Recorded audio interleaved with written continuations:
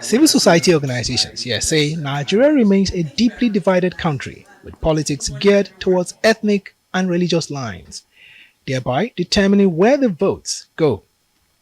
At the last elections, the CSOs say the pattern of votes during the presidential and National Assembly elections were mostly determined by bandwagon effect, as majority of those who emerged as members of the National Assembly and others were elected without the voters having a clear idea of their credentials or what they have to offer as the people's representatives. The impact that this has on the quality of representation and ultimately on governance, the report says, is something worth noting. There is very little honor attention to the individuals who are seeking to be members of the National Assembly.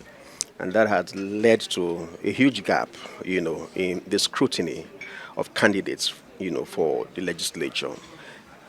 Invariably, that has contributed to the capacity and the potential of the National Assembly legislature to deliver services. Because if the right persons that have not been well scrutinized get into the legislature, we invariably have situations where you have capacity gaps, you have issues around competence, you have people who are not very well prepared. Addressing the issue of deliberate misinformation and the spread of fake news during the last general elections, the CSOs brought up the need for voter education and enlightenment ahead of crucial elections. Even though we have like the Cybersecurity Act, we also cannot infringe on people's rights to freedom. So what we can do, just like we did in the 6 higher institutions that we went to across Nigeria, sharing this information about fake news, the dangers of fake news, the importance of making informed decisions. It is then important to continue to engage government, continue to engage the citizens, continue to engage people online. They also said that the deployment of technology during the last polls was perhaps the defining aspect of the election, despite the technical glitches and all. The final report by the CSOs recommends that the country builds on some of the gains and improve further.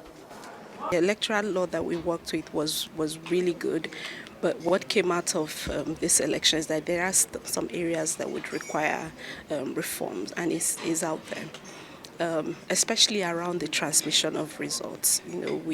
There are a lot of concerns on how results were transmitted to the server.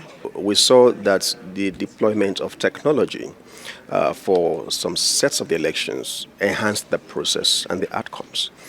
For some other elections, it may not have been totally been satisfactory.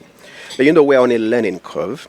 The report also recommends that the electoral body INEC sorts out logistics issues early to avoid late arrival of officials to polling units in subsequent elections.